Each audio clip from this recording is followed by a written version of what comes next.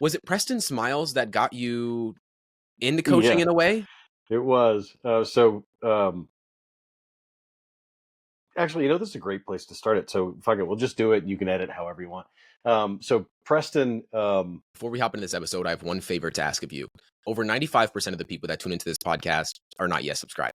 And whether it's your first time here or you are a regular listener of the show, I just ask that you hit that button. We've grown over 880% this past year, and I know we are destined to impact so many people in this year of 2025. And the way we're going to do that is by you hitting that subscribe button, you sharing it with a friend that you think will get value from the show, you leave a rating and review on Spotify and Apple Podcasts, you leave a comment, a like on this post, and that you get it out to more people, because that is the way we're going to impact more and more people. And the way that I'm going to return the favor to you is by getting more and more guests on the show to help you expand your mind, question your beliefs, and really help you open your mind up to how good this life can really get. And I'm going to do that by having interviews and conversations with exceptional people. And it's just going to get better and better. And I hope that you stick along for the journey and then you hit that subscribe button so you don't miss an episode. Let's hop into the interview. he didn't get me into coaching. I've been a coach since 2009. And I was a dating coach before. And I went through a lot and kind of figured out who I was, et cetera, et cetera. But then I bumped into Preston. He was doing like a 5-day grow your coaching company challenge for free. And I took it. And then I spent a bunch of money on a course that was pretty terrible. It was pretty terrible. And then Zion, I guess his business partner, reached out to me later and asked if they could help me, scale. And I haven't successfully scaled yet. I have my one-on-one clients, and I do amazing work, and I'm high ticket, so it's not a big deal. I could never scale, and I'd still be fine. But the Preston Smiles era of my life was fascinating. My videos back then were terrible. It's funny to know that you got in through. That's what kind of was one of the things that was in the beginning of your journey, because I got into coaching also around 4 years ago, I would say. I was 17 years old. Doesn't make any sense. And I also didn't know what I was doing. And I also invested into a coaching program that was more than double than money I had in my bank account. And it was also, I'm grateful for the people that I've met, is the way that I explain that program.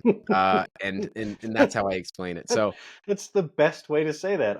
Yeah. So, if anybody ever hears it, there are 3 coaches: Marcus Elliott, a woman named Rukmani, and Marley Kalis, who I met there, and I love them. So they're still friends to this day. But I think they're only friends because that program was such a disaster. Like it was, these coaching companies that launch.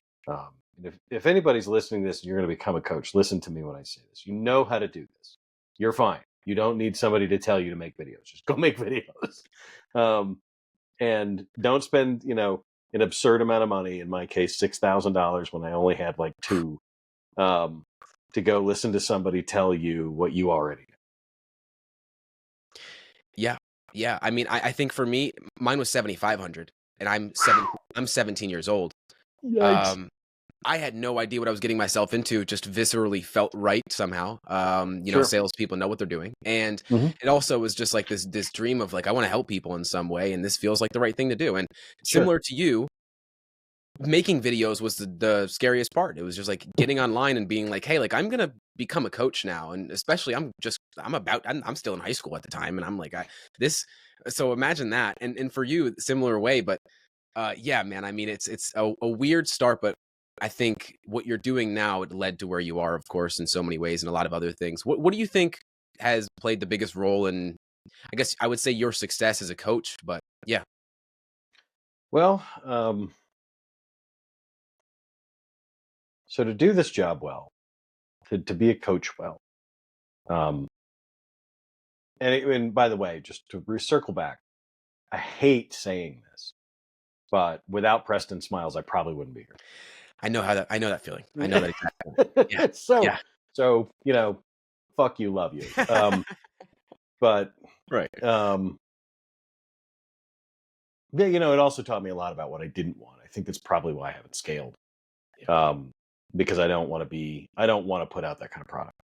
But so your question was, how did I get here?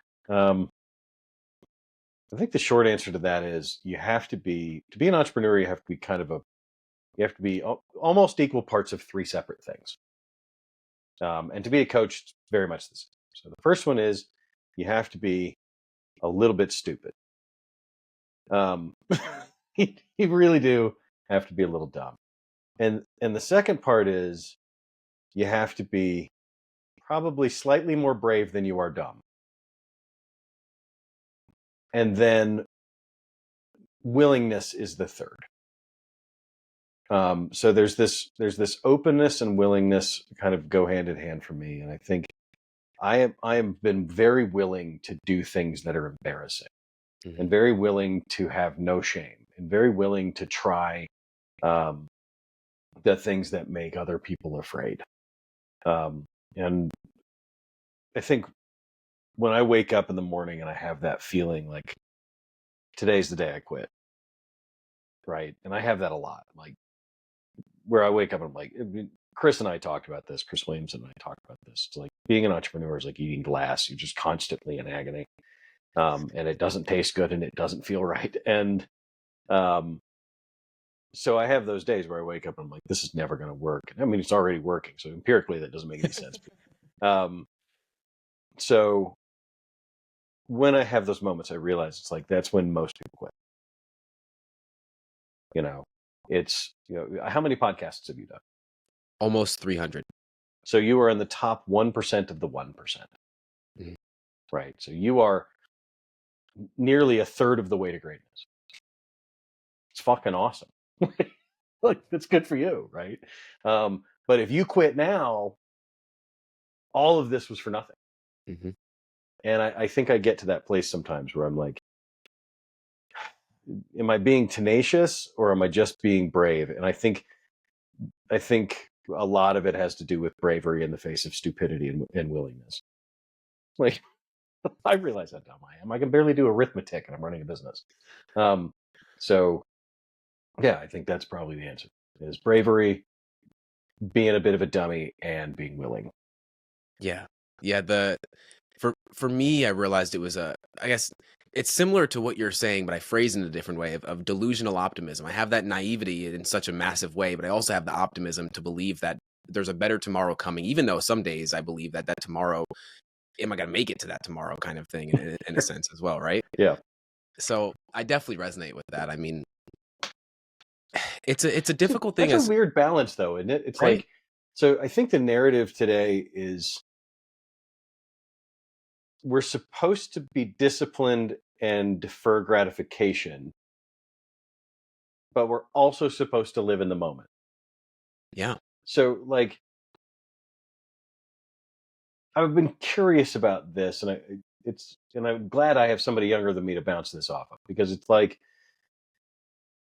well, if I'm only supposed to defer gratification, then where's the fun? Like, and listen, I've listened to Jocko and I've listened to David Goggins, and I don't like either one of those men's message in particular, but I get it. Like, they're like the hyper vigilant, motivated, disciplined dudes, and good for them. But man, I don't want to live like that. Like, sometimes I just want to have ice cream, and so where is the line? Where does it become toxic? Where does, like, constantly chasing the next thing become toxicity? And I really worry about your generation for that, because I think there's too many people on the polar extremities of, what is growth, what is stagnation, and so you ask a hippie, on the far left, we'll just say left for now, to stay away from the political jargon, especially today. Oh yeah. But we'll just say somebody that's on the left side of the spectrum, in the hippie version, and somebody on the right side of the spectrum that's more of the Goggins. They both think they're growing. You're right. Yeah. And yeah. So, well, what about the rest of us? Like, what about the rest of us that are like more toward discipline, but also, want to have a fucking Klondike bar from time to time? Yeah, I think I heard it was probably I don't know if it came from you, but you said you don't have to hate where you are to be better. That I did say that, Okay. and it's not mine though. It's a really awesome creator named Mike Pridgeon. He's a weight loss guy. You should have him on the show. He's Okay. really incredible. I heard that and I thought, similar to you, I've had so many people on the podcast. I've met so many people, clients, where we're always driven for more, but I've met so many people that have everything and more and are still looking for approval and are still searching for more. I was just speaking about this with a friend this morning. I met someone last week that has tens of millions of dollars, and he's looking Sure. for approval in every single way that he can. And I find that for me, do you know who Jesse Itzler is by chance? I don't. Putting you onto a great guy.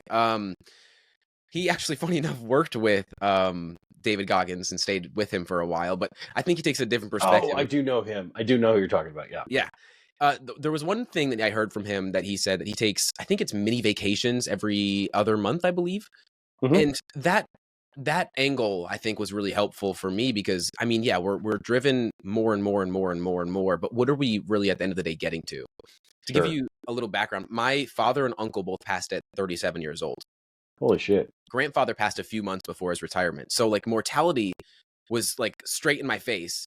Yes, I Right. have this drive to become more and do more things, but similar to you seeing the coach that got me into coaching, similar to Preston, I don't want that. I don't want to put something out into the world that may make me more money, but is not going to bring more value to people. And Right. frankly, I enjoy one-on-one a hell of a lot more than I do group. And so I think understanding what you want and what I wouldn't say what enough is, but I don't think most people know what they want genuinely deep down. I feel like that's accurate. I do this really cool exercise with my boundary boot camp people. I do a boundary boot camp Mhm. every quarter, and it's cheap. It's just something I do because I love doing it. And, one of the exercises we do is walk through the list of rules by which you live your life. Mm. And I mean, wow, like the shit that people are holding on to. Like one of my favorite ones is the disconnect between I should always be nice and I should always tell the truth. Those two things are impossible. They negate one another. So like I said this on another version of this. It's like, so let's pretend for a second that you have a girlfriend and I find out that she's cheating on you. Mhm. Well, the honest thing to do is to tell you, right? Like, Yep. hey, bro, Tiffany's doing her thing. You should maybe run. And it's going to hurt you. It's Right. going to hurt you. Yeah. And it's not nice, right? Hurting somebody's never nice. So there's that feeling where, what's the difference between, kindness and being nice, right? And I believe that honesty and kindness run hand in hand. I don't believe that they can be separated from one another. Yeah. So I think that's where we're getting stuck a lot now, is in that. Yeah. I think I heard someone say it once, and I don't remember where I heard it, but nice is you're on the side of the street and someone's like, man, like really sucks, but like hope things work out, keep driving. Kind Sure. is I'm gonna get out and I'm actually gonna help you kind of thing. And I Right. think there's a big difference between the two. But yeah, I think the core of us, or I guess just society, and especially my generation for sure, we're driven by what we're supposed to want or what we think we want, not what we actually want. And when that is the driver, there is no destination at that point, really. So one of the core concepts in my one-on-one coaching is that I help people delineate between the four people that are in their head. Mhm. So you have, who do you think you are? Who do you think you want to be? Right? Then who are you and who do you actually want to be? Yeah. Right? These first two are morons. These are where all of your like limiting beliefs and your fears and all of the things that tell you you can't. That's where all that lives. Mhm. Right? And if you can eliminate those two and start to understand the fears and belief systems that are within that construct, then you can start to think about, okay, who am I actually and who do I actually want to become? And my God, there's power in that. Like I've seen people go, I had one girl that was working with me a couple years ago, and she showed up. She barely afforded me at the time, and I was broke as shit at the time too. At the beginning of my coaching practice, and I said, "I promise you, by the end of our time together," she sold insurance, "that you will quadruple your income," and she did. And she was like, "I don't understand." Like, you just had to understand what you were dealing with. And I think so many people impose these limits on themselves, and they don't have to. And I think your generation, unfortunately, and I don't mean present company included, I don't know you well enough to speak to it, but it is the most fearful group of human beings I think has ever walked the planet. My poor sons, they're like afraid to come down to Denver to visit with me because of the bad stories they hear about it. And I don't blame them, frankly, but when I was a kid, I rode my bike down here and people were getting like shot. Like, I don't know what to tell you. Like, I guess we were just more fearless or dumb. Could be both. Yeah. And I certainly wasn't supervised. So I don't know. I think my hope for you guys is that there needs to be a few of you that can get past the fear. Because if you are, and I think Dana White said it, and I think Gary Vee said it in another way, it's like, you're even remotely a savage, like even minorly savage. Like, you're already at 300 episodes from 17 years old. You're even remotely savage. You're going to run over your entire market. Yeah. Because everybody else is afraid to stand up to you. Now get ready. You're going to be called a bully, and you're going to be called privileged, and you're going to be called all that shit. It's funny. I get a lot of the privilege comments because, look at me. Yeah. So I get a lot of the privilege comments, and I always wonder where those people were when I had 40 followers. Yeah. And I was living in a third world country because I couldn't afford to be in my own home. Like, I wonder where those people were. Right. And just remember, nobody's going to give a shit about what you say until they see it. So. Yeah, I'd say when it comes to the fear aspect, I think you're more than correct. I think in today's world, we have the downside of being able to see people like you and people like me and people like just on social media is that you're seeing what people want you to see and not what Sure. not what is actually going on, not the human in people. Like, you don't see the human in people. And even more so, news today is just only spitting out the negative in the world. And so people they're feeding you fear so that you live in fear. And unless you are the kind of person that pushes yourself to get out of your comfort zone. I know you lived in, was it Costa Rica, right? Was the first place you went to, at least? Costa Rica. So I did it for 2.5 years. It was Costa Rica. And by the way, I wasn't living in like Costa Rica. I wasn't foot up on the beach. I was living in an Airbnb for $300 a month. Like immediately post COVID. So, also they weren't a real big fan of my being there. So Costa Rica, then it was Mexico, then it was, I think the next one that opened after that was Panama. Yeah. And then it was Panama, then Colombia, then Guatemala, then Argentina. And then I came back to the States because I could finally afford to get a room in a house. Let me say that again. I could afford to get a room in a house. It was really exciting. And then I got stir crazy again, and I went to Costa Rica for 3 more months, thinking I would save money. And then I went to Japan for 3 more months, and that was awesome.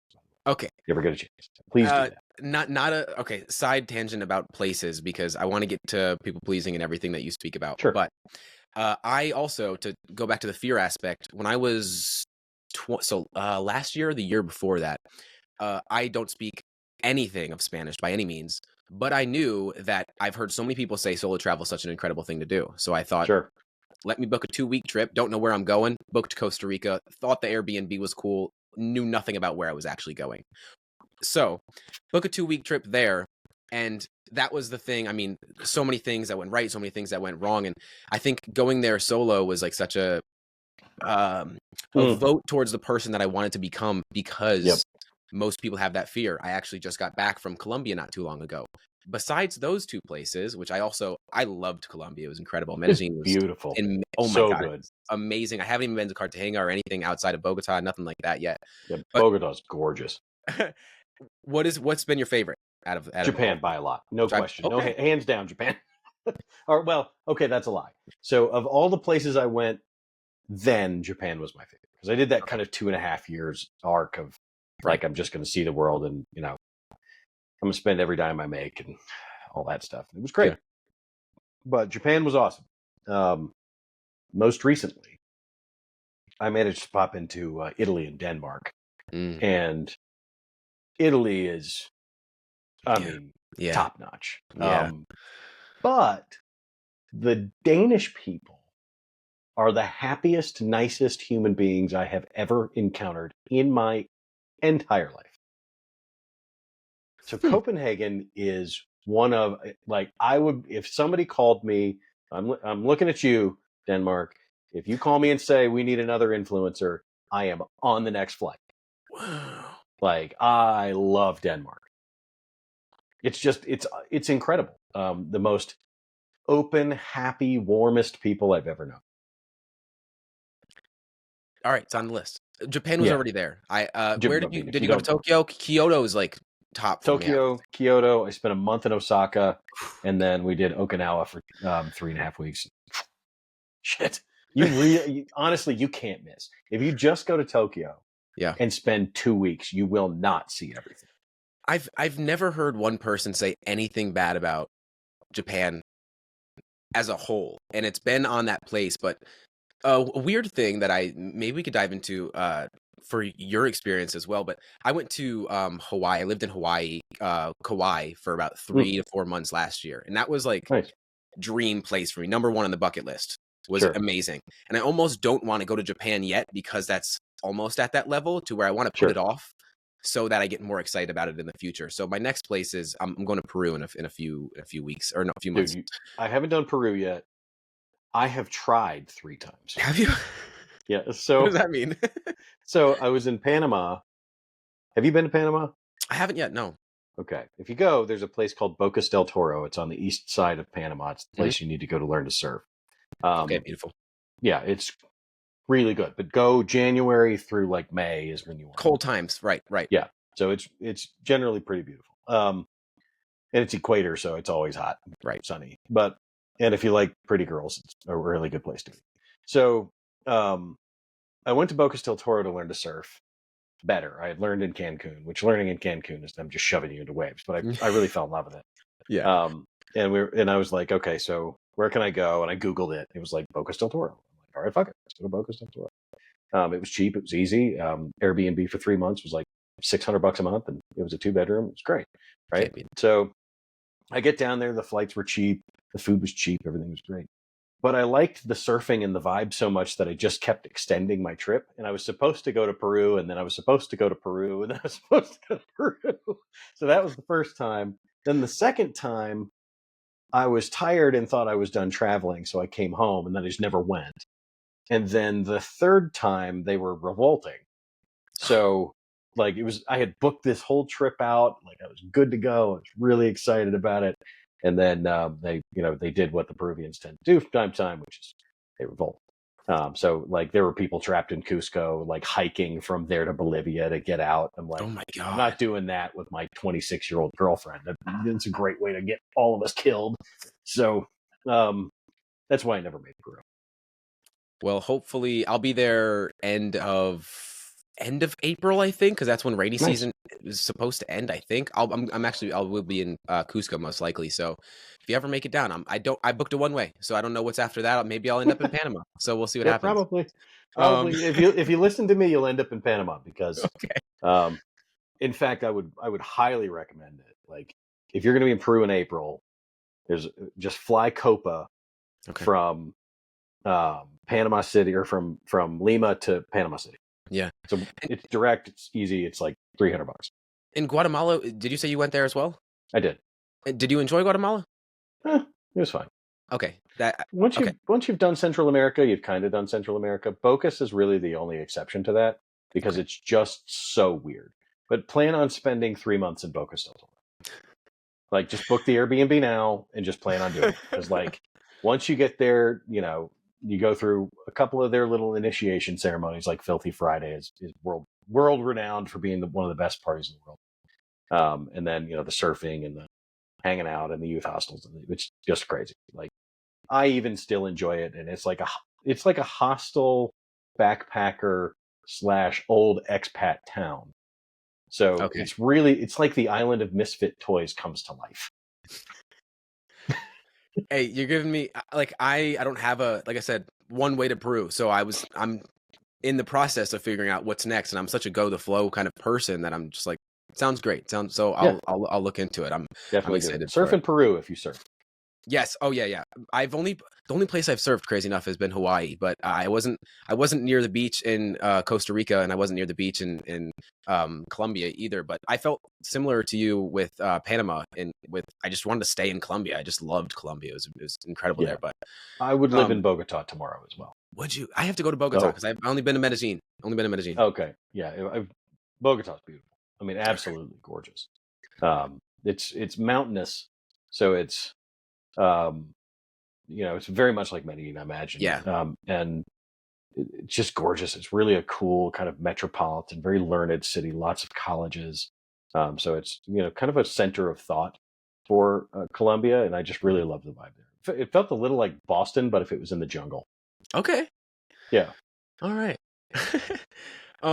Okay. Getting into all of your work. Sure. I'll ask one something that I find, and I'm curious if you think this as well.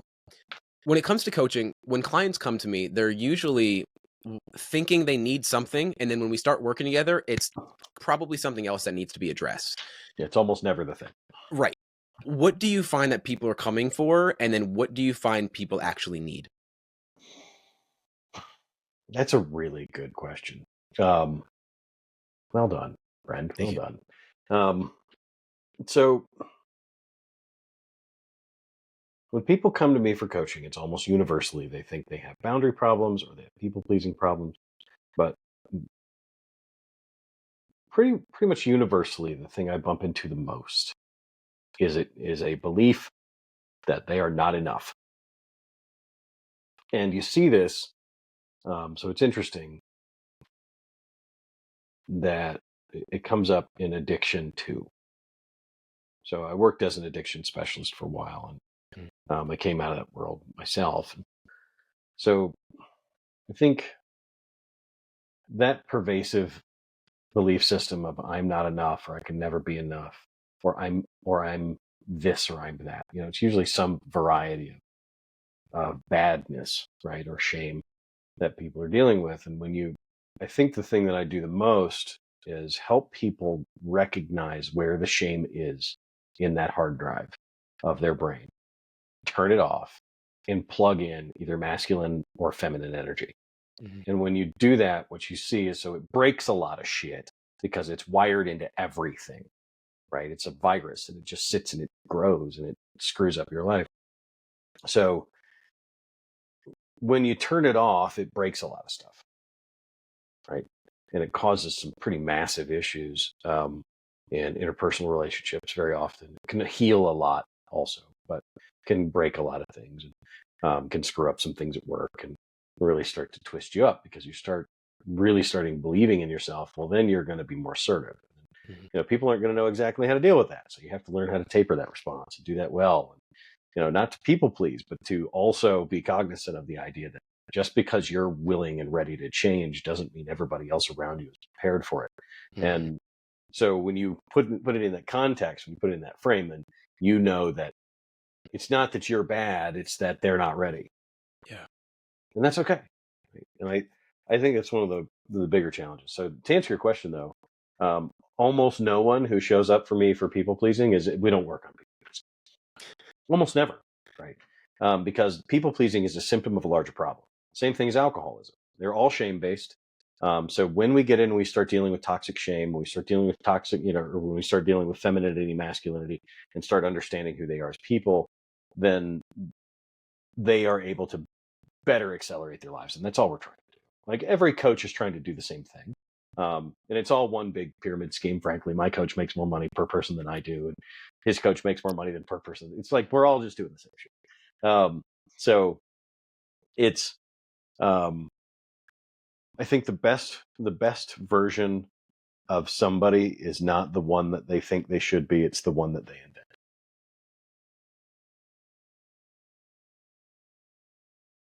Yeah, I find something that I want to touch on, because I find this is with pretty much every single human that exists on the planet. First off, I think everyone has the core belief that they are not good enough as they are.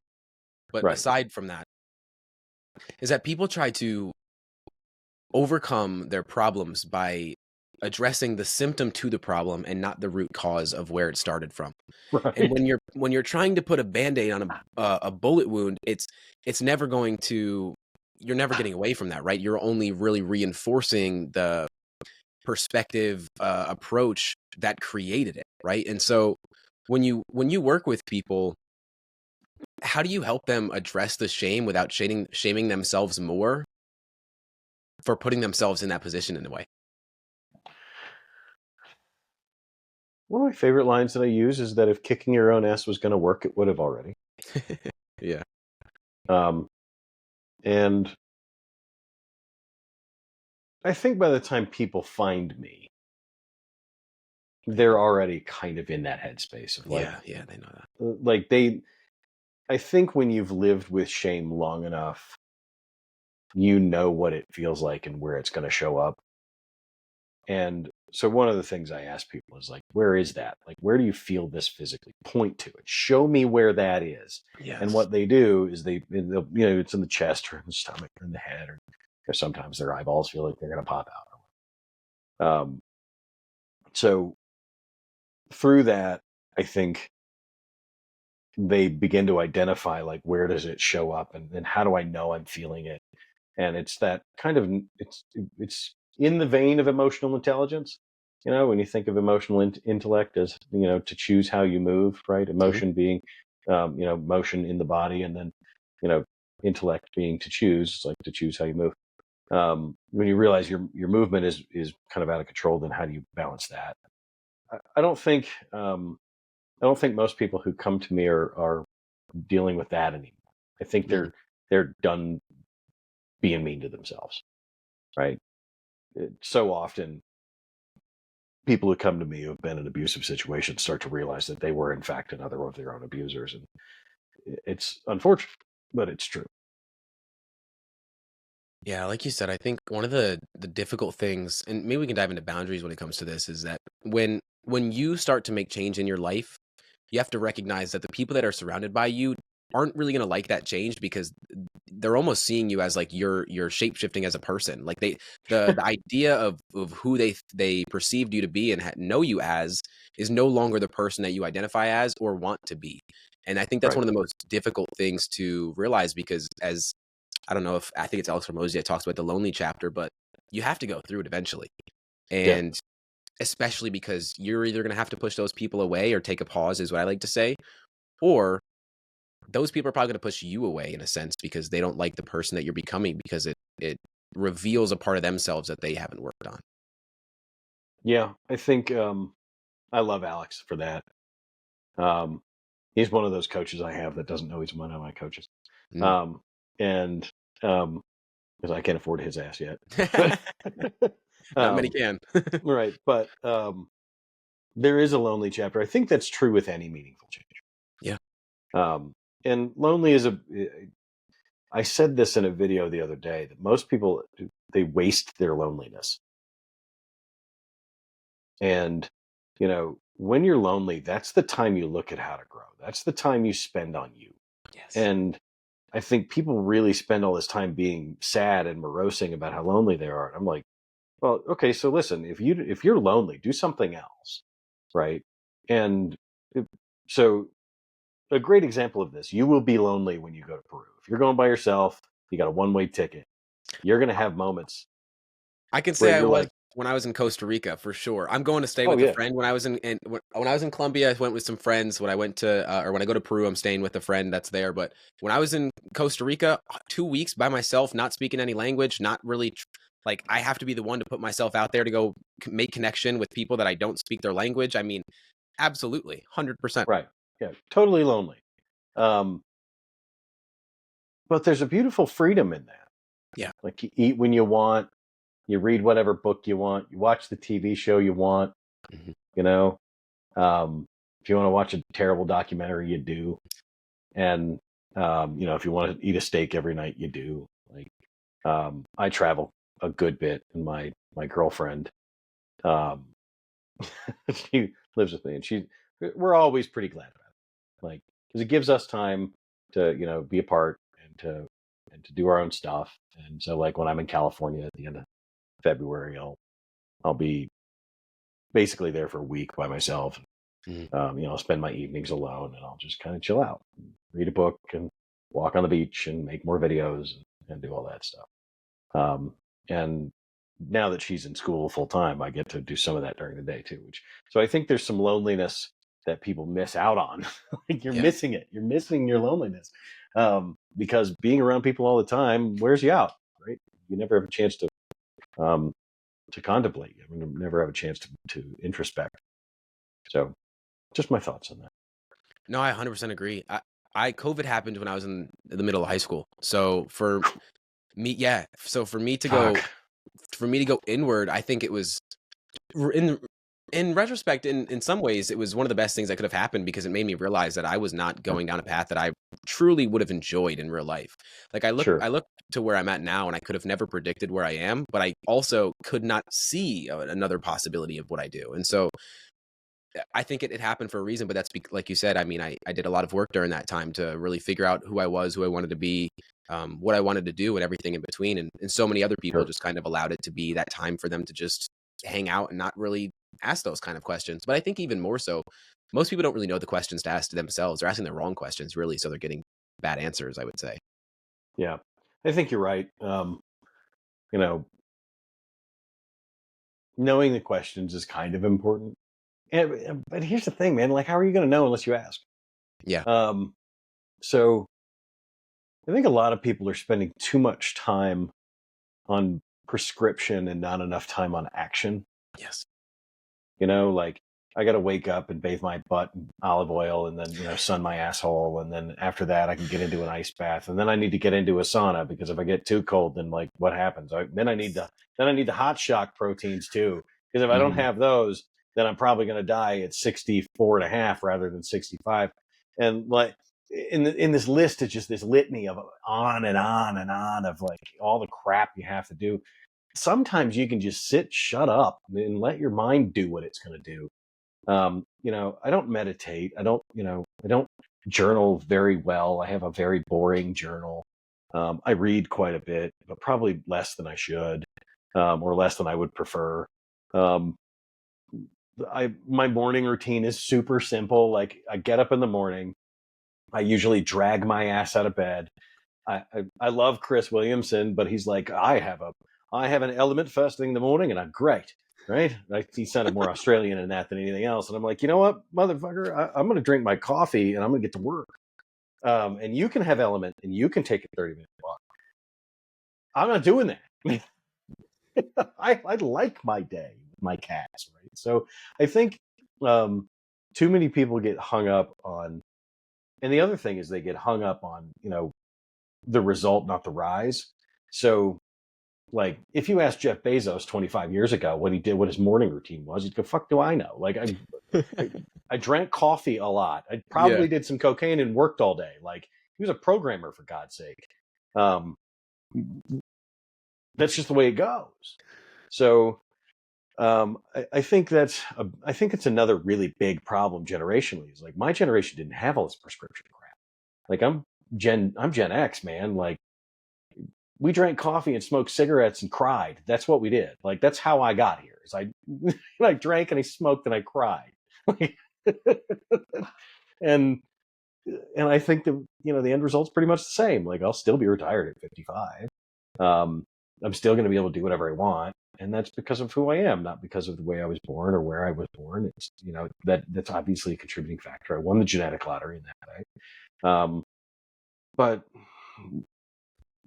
you got to just do you. I love that you're going to Peru. I think that's great. I think traveling is great. Um, I've told my oldest son, who's 17, not that much behind you. So on his 18th birthday, incidentally, if you happen to make it to Panama, I'll be there in October. All right.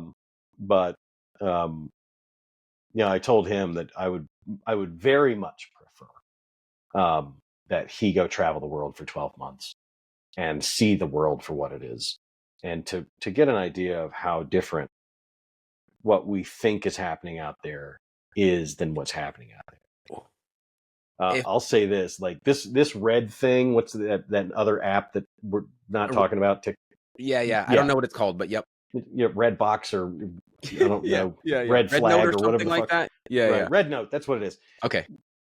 They have now figured out that Americans and Chinese are communicating for the first time in like 150 years. Yeah, like normal people are just connecting, and Americans are going, wait, it's not bad there?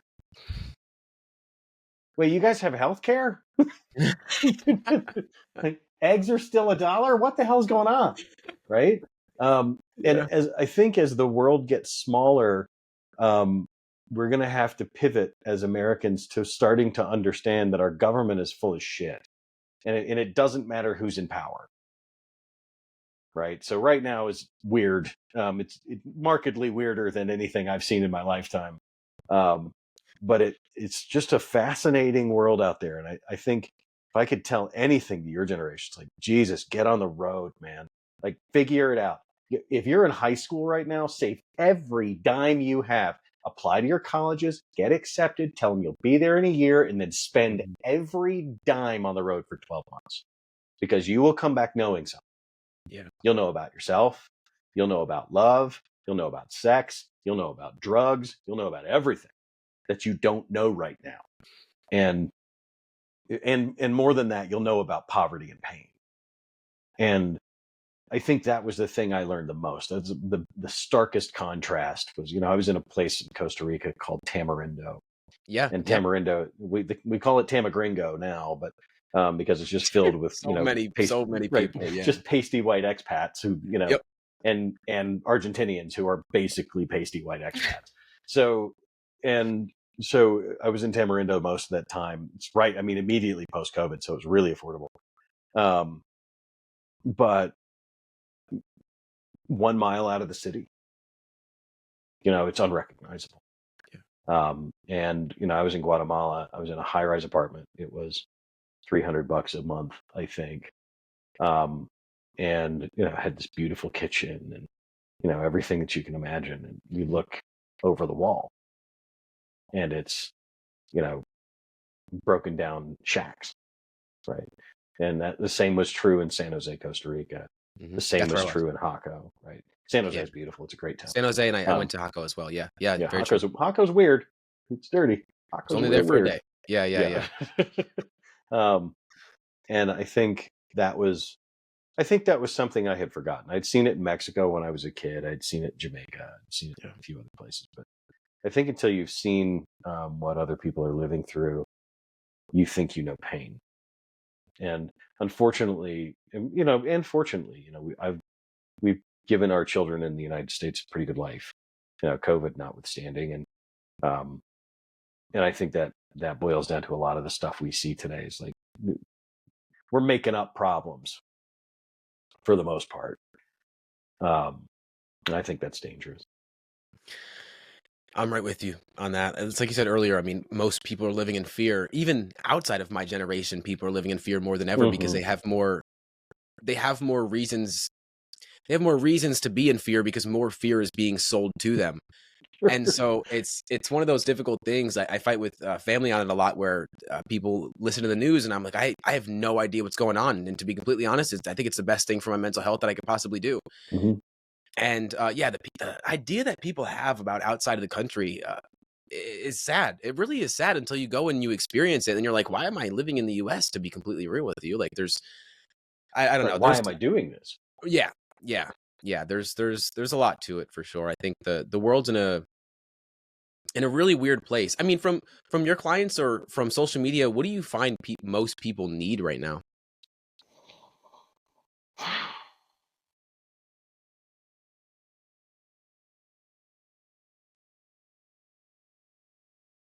realism with a good dose of optimism.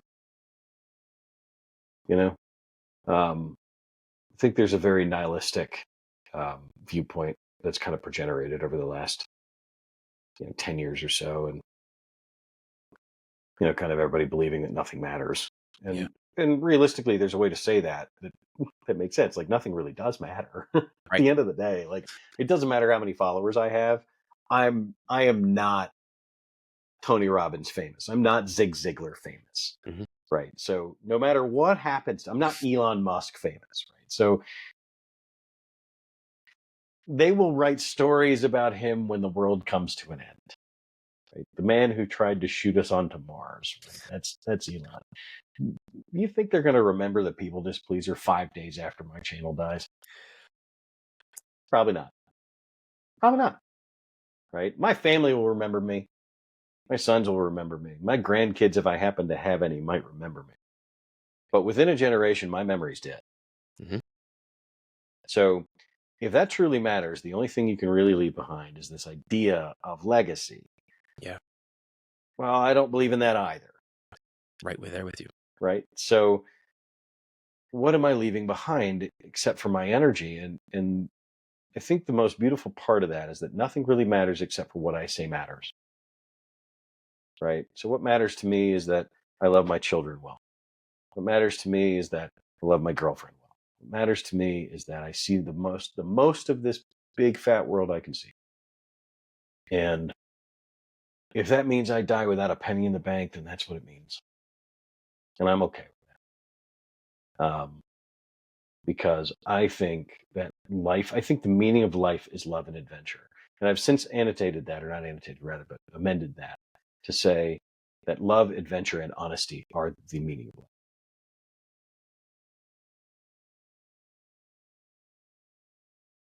I think that's a great synopsis of it, to be honest with you. I mean, I don't believe in legacy either, because I think, like, what if I'm dead, what the hell does it matter what people think about me? It doesn't matter. I'm gone. Right. It doesn't matter. People ask me all the time, what are they going to do? Do you have any afterlife plans? I'm like, one, I'm 45, so no. But number two, like, why? Like, I have a trust for the kids. I know where all the money goes. It's all that matters. Right? Yeah. Like, and if they're going to, I made it so nobody can bicker. It's done. It's over. When I'm dead, I'm not going to care.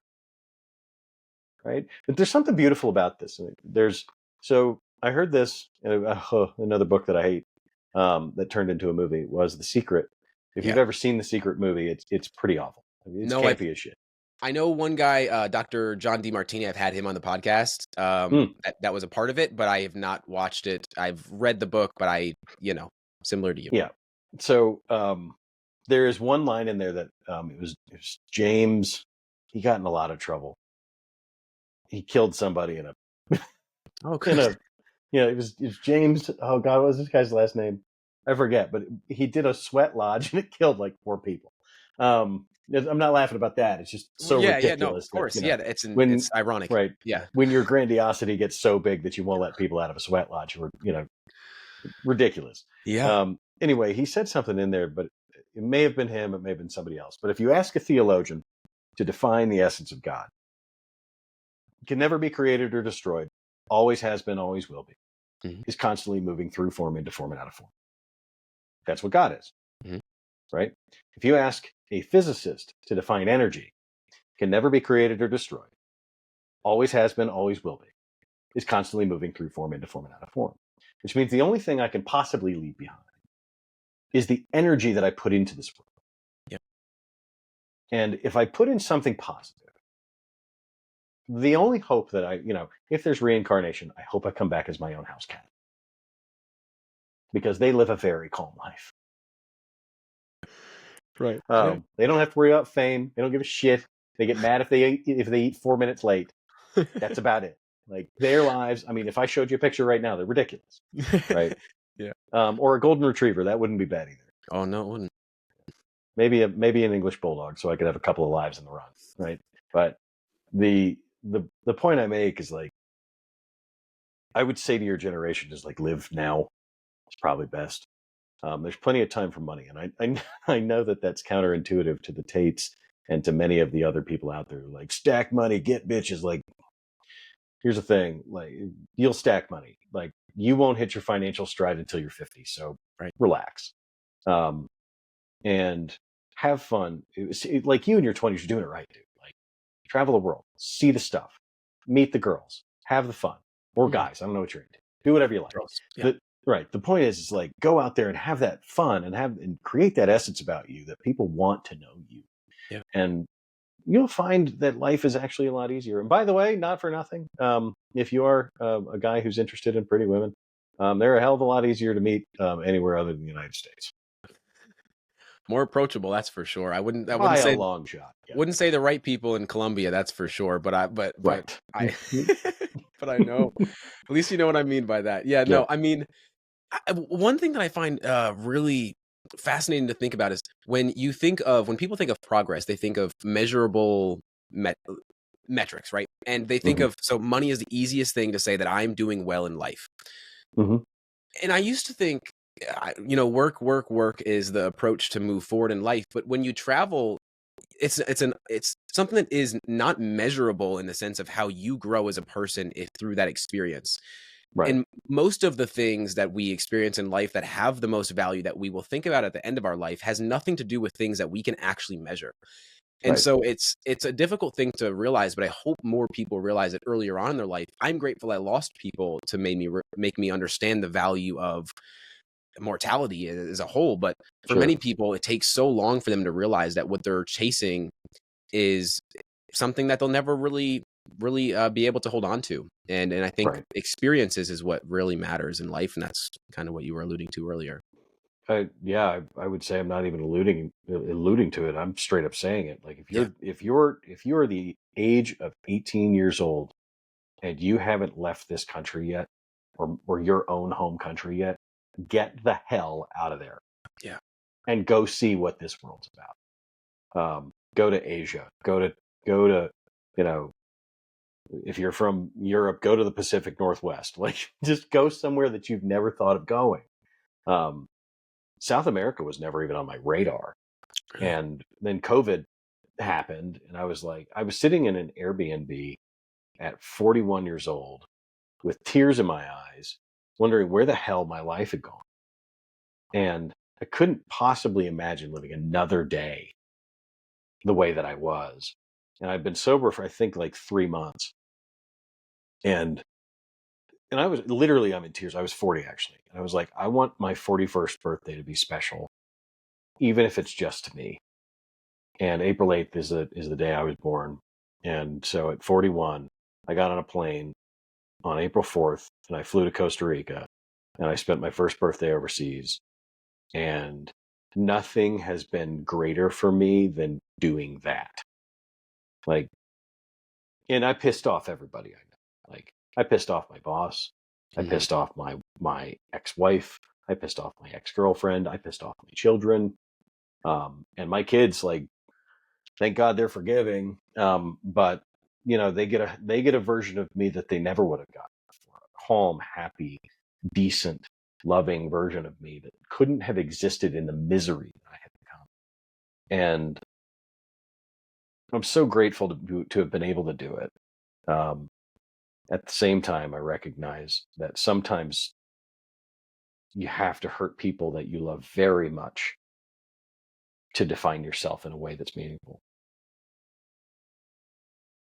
Yeah, I think that goes hand in hand with like so much of your work in that sense of that you're going to have to disappoint a lot of people to figure out the right way to live your life in a true Yep. alignment with the values that you tell yourself you probably want to live by, but you're not actually living by. It's like you say that people pleasers are liars, man. And I don't think a lot of Hmm. people, they think they're doing the noble thing here, but in reality, that's not really how it really is supposed to play out.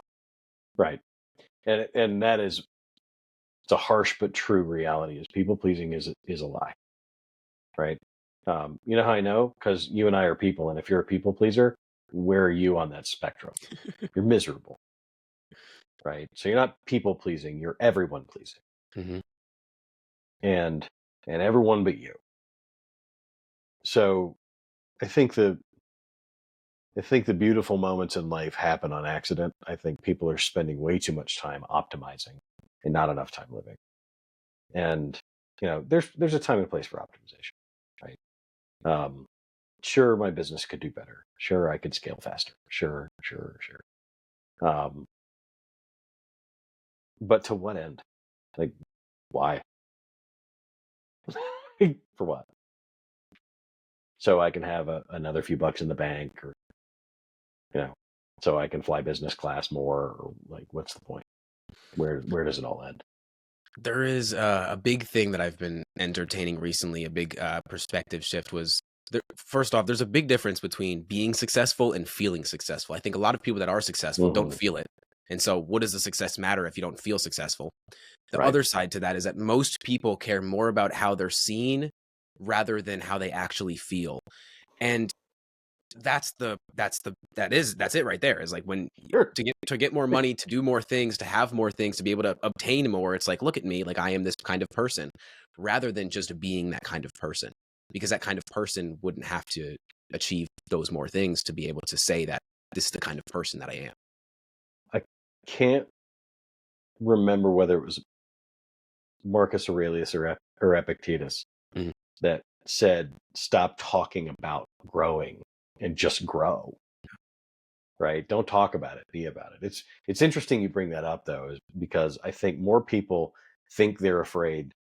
Most people aren't afraid of what they think they're afraid of, right? So they think they're afraid of looking stupid. They're actually afraid everyone else is going to think they look stupid, right? So Yes. when you put it in that context where you're like, wait, I'm not actually afraid to look dumb. I'm afraid everyone else is going to think I'm dumb, right? Well, I was in Alcoholics Anonymous for long enough that I no longer go. And I was in Alcoholics Anonymous long enough to learn probably the most pivotal lesson that I learned at the time, which was, what anyone else thinks about me is none of my business. I don't care. I truly don't care. Now, does that mean I don't gauge my responses to, help other people and to be more kind and to be more diplomatic? Of course I do. Right? I'm not just out there being a dick for no reason. But realistically, I stopped making my decisions based on what other people felt and thought. And that's when my life got exponentially better. Right? Like, I lived in California for a year and a half. When I came back, everybody said I was stupid. I don't care. I moved to Denver to help my kids get squared away before I make another big move out of the world, out of the U.S. All of that is a result of my looking at it and going, okay, there are things that they're going to like and there are things they're not going to like, and I can't control either of those. Mm-hmm. What I can control is how I feel about my life, right? And to me, there is no should anymore. There is only preference. And when you eliminate that should word from your vocabulary, when you delete it from your lexicon, then it's like, okay, well, how would I prefer to do this? And then you weigh the impact, right? Okay, well, it's going to make my son sad, or make my mom mad, or whatever. You just weigh that impact and go, okay, am I willing to tolerate that discomfort for this, comfort or discomfort? Which discomfort is more discomforting, Yeah. I guess. And you make your decisions based on what you actually want. Yeah, the one thing that has been like foundational in my coaching is that no one on the call is going to say that should is just replaced with shame at that point, Right. because that is all it is at the core Mm-hmm. of the reality. And if you're saying that, that's all you're doing. And to be able to eliminate that from your vocabulary is probably one of the best things that you can do. And similar to what you said about it's not so much that we are fearful about failing. It's more so we care about other people seeing us fail. It's like if you were Sure. to fall and you were in a room by yourself, you're going to get right back up. But if you fall and there's 10 people around you, all you're going to be doing is looking around about what are other people thinking about me as I fall. Sure. And that's why social media is so difficult, because when you're posting content, and you, regardless if you're impacting people, if it doesn't get out to 1 billion people, you feel like you're a loser. And it's so Right. difficult to put yourself out there to be able to help people. But I mean, man, it is one of the best things that you can do. Something else that was a big mindset shift, similar to what you were speaking about earlier, is most people don't have a problem saying no. They have a problem not saying yes. And I think Mm, that that's a big difference that people probably don't understand the difference between the two. So do you mind breaking sure. down what you mean by that? It's a tough explanation, but I'll do the best I can. I said the same thing on the last person that asked me that. So, Yeah, it's all um, right. so the best way to explain this is that yes helps your brain get a dopamine response. Right? So it makes you feel good Mhm. to say yes because other people say yes or respond to the yes positively, right? Mhm. So you get almost addicted to saying yes, and like most addictions, you do it compulsively. You don't want to do it, and you wish you could stop. Mhm. So if you really look at addiction, like nobody wakes up in the morning and goes, "I hope I get to be a heroin addict tomorrow." That's like nobody's doing that, right? So when I say that, it means that the word no isn't the scary part. It's the feeling you get from not saying yes. That's the best explanation I've given of that. So, and so when you think of what that means, it means that, so I can say no. So if somebody says, "Hey, do you want to chew nails today?" No, doesn't bother me at all, right? Do you want to punch yourself in the face? No, I'm good. No, I don't, right? Yeah. Um, would you like me to kick you in the testicles? No, I'm fine. I'd prefer you to not. Right? None of these no's are going to have any problem for you. So no isn't the Mhm. problem, is it? No. Right? It's the idea that you are disappointing someone that is bothering you. It's not the word no. So the disappointment, so it's the excitement of the yes that becomes the problem. Now, where this functions in addiction is very interesting, is the more you say yes, the less you get that happy response. So you have to say yes and yes and yes and yes to everything until you get that response. You're like, okay, I did it. I got that fix, right? And so when you start to say no, what you end up doing is you rewire your default response. And it's harder and it's uncomfortable, but it's very much worth doing. Excuse me. Been a long. I haven't been sleeping great. Just came back from Taiwan, so that'll do it every time. Yeah. But Yeah. so I think that's my explanation: is that you're addicted to the dopamine of yes, and that's why you keep having to say it. The minute you start saying no, then your yes becomes more meaningful, which is really interesting. Mhm. Right now, your yes means nothing because it's a foregone conclusion. Yes. Yes. Right? Yeah, 100%, definitely. I for sure I want to come to your midget tossing party or whatever. Um, I definitely want to be filmed saying awful things on camera. Like yes, I'm always going to say yes. Of course, I'll help you move. Right? I made a decision a long time ago to say no to that every time now. I'm like, I'll hire you a mover. Yeah. Yeah. Like, I'm happy to hire you help. I'm not doing it. So I think that's one of the bigger challenges. I think it's probably the hardest definition I've come up with, but that's the best one. Is the addiction of yes is where the problem is. Yeah. So you're almost having to function in a withdrawal symptom when you say no. Yeah. I think addiction is one of those things that, correct me if I'm wrong here, but I feel like every single person is addicted to something, Sure, that's probably true. be it progress or attention or alcohol, Social something. media, right? Yeah, like something. It could be even negative thoughts. Like we're all addicted to something in some way, Sure. it seems. I'm just looking at the stack of books behind you, going, I've got an idea of what yours is. You see what I'm saying? Like Yeah, something. personal growth, a lot. Okay, like how much Yeah. more are you going to read, bud? Like, Yeah. Well, it's funny because little known secret, you already know. yeah, yeah, it's funny because yeah, when I got into personal development, that was it. I think a lot of people go through that addiction of just like I need Oh God, more information. I need more right? information. It's never enough, actually. No, Until you realize that the searching for more is like the exact thing that's keeping you from like developing your intuition and trusting yourself, really, in so what many are ways. the 3 books you read every year? A New Earth by Eckhart Tolle. Ooh, I haven't read that one. All right, I've I'll try said that one. I've said to people truly that if I read that book, just a page, every single day and I had to read the physical book, I don't think I would experience. I experienced 50% less suffering in life. Genuinely, I Okay. just think it's a reminder of things that we don't adapt in our lives.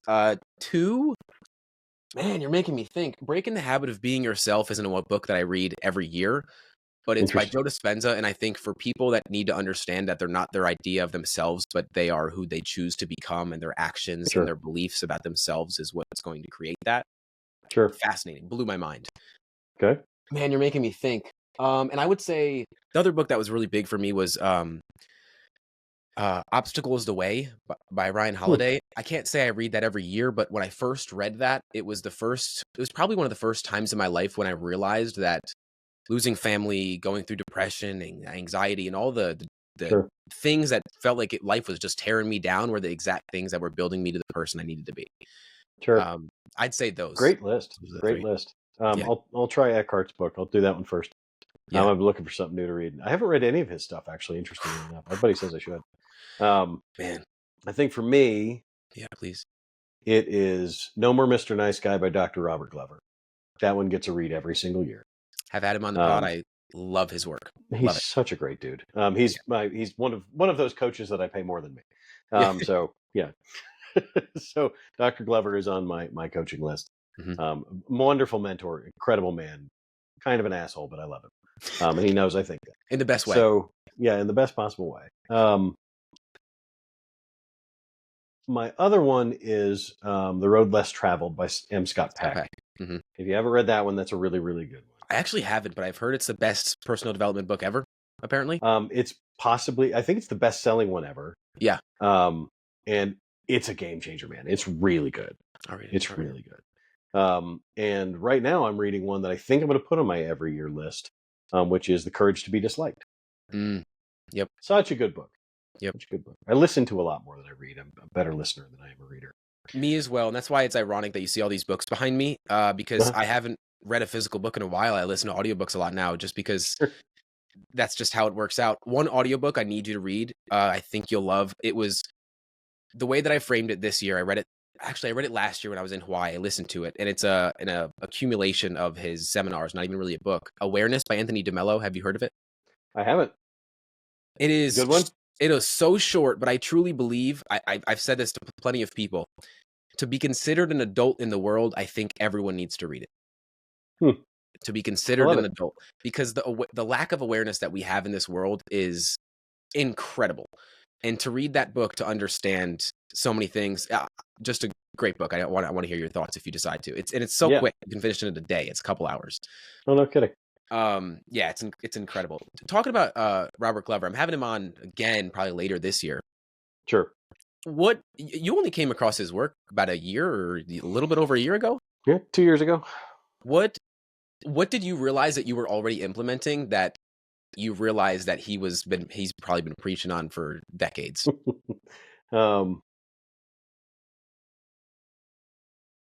I don't know that I have an answer to that. I really don't know if I have an answer to that. I will say that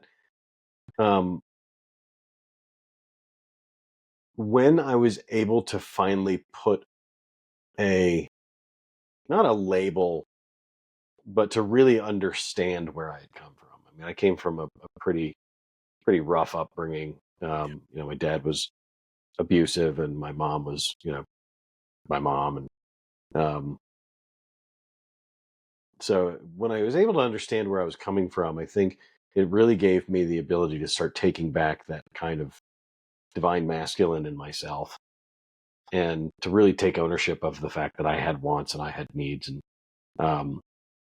I had already started doing some of that work through Dr. Aziz Gaspuri. I don't know if you've ever had Dr. Aziz on the show. I haven't, but funny enough, you kind of introduced me to him with, you've mentioned him in a previous podcast. So I plan to look into him. He's a really cool dude. He and I are going to do some work together this year. And I think as a whole, Dr. Glover gave me back what it meant to be me. Wow. And I had been finding that version, like I had been creating that version actively. And I think he opened my heart and mind to the idea that I can just invent the man I want to be. And that was, we're talking about a year and a half, 2 years into the People Displeaser, right? And Right. um, and and that's something else I'd love for I hope everybody quotes me on this. You're never going to stop finding yourself because you're never going to stop inventing that person. So stop thinking that's a destination and just enjoy where you're at. Um, I I read as much as I can. I think as much as I can, and I do these exercises, and and I mean exercises loosely, where I like torture myself because I don't actually read a book. I listen to a book, and I'm like, oh, only dummies listen to books, and I get in my head like I still do all the shit. Yeah. Like, don't look at me and think I have this all figured out. I don't, and I won't when I die either. And the eventuality for me of that is likely closer than it is for you. So that said, I'm 20 years your junior, your senior, and I still don't know shit. And I'm really glad. Really glad. I don't want to know. I love that you've taken the news out of your life. And I actually am going to talk to my girlfriend about that today, that we're not going to do any more news. Because I don't think what's going on in the world is going to change no matter how much I know. You can like the president, you can hate the president, you can be afraid, you can not be afraid. Whatever's going to happen is going to happen. And the fact that anything that you'll learn from the news that is actually necessary, someone else is going to tell you anyway. Oh yeah, 100%. If you need to know it, someone else is going to tell you. You don't need to know from the news, because Right. you're never going to get anything positive from the news. I've realized that. No, it's just they call it a 24-hour news cycle. It's just not really that. It's just a 24-hour cycle of negativity that you can listen to on repeat over and over and over again. They're not saying anything new every hour. Like, CNN's like breaking news. I'm like, it's really not breaking news. Nothing is breaking news. No. No, I'm glad Right. I leave that on you, though, because that's if I could tell everyone just to never watch it again, maybe it wouldn't exist. Maybe it wouldn't exist. I would hope.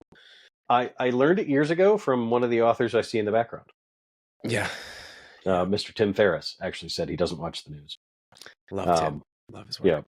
Yeah. If he could, Tim, I'm ready. Well, I'm waiting for you, buddy. Like, get me on the show. Hey, I'm waiting for him to get on mine too, man. Trust. Well, if you get Tim on the show, I want an intro.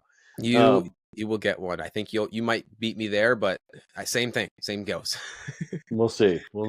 I think you have a bright future, my friend. I spoke with another podcaster who's 5 years behind you, by the way. He's 18. And he was like, "Did I mess it up?" And I'm like, "No, bro, you're fine. Like, you're 18. You're supposed to fuck this up a little bit." And I will say to you, you've done a masterful interview. Well done. It's been a real pleasure. And I'm sure Dr. Glover would mirror that as well. And if I happen to bump into Chris, I'll tell him about you. Do you know a guy named Stone Fredrickson? Yes. I don't know You him, do? but I've seen his stuff. Yeah. Okay. So I hired him when he was 17 years old to For teach me TikTok. how to TikTok. Yep. So he would be an interesting guest for you. Yeah. Kind of a weirdo, but he's a bright kid. I would say he's one of my I am to him what Dr. Glover is to me. Wow. Yeah. Yeah.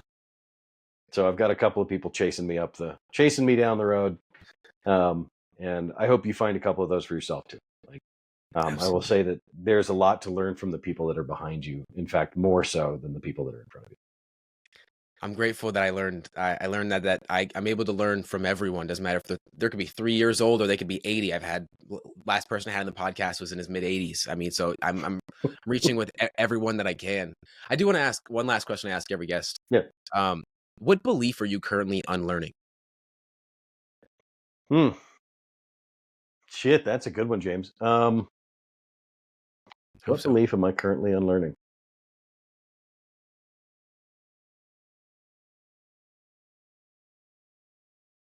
That I'm stupid.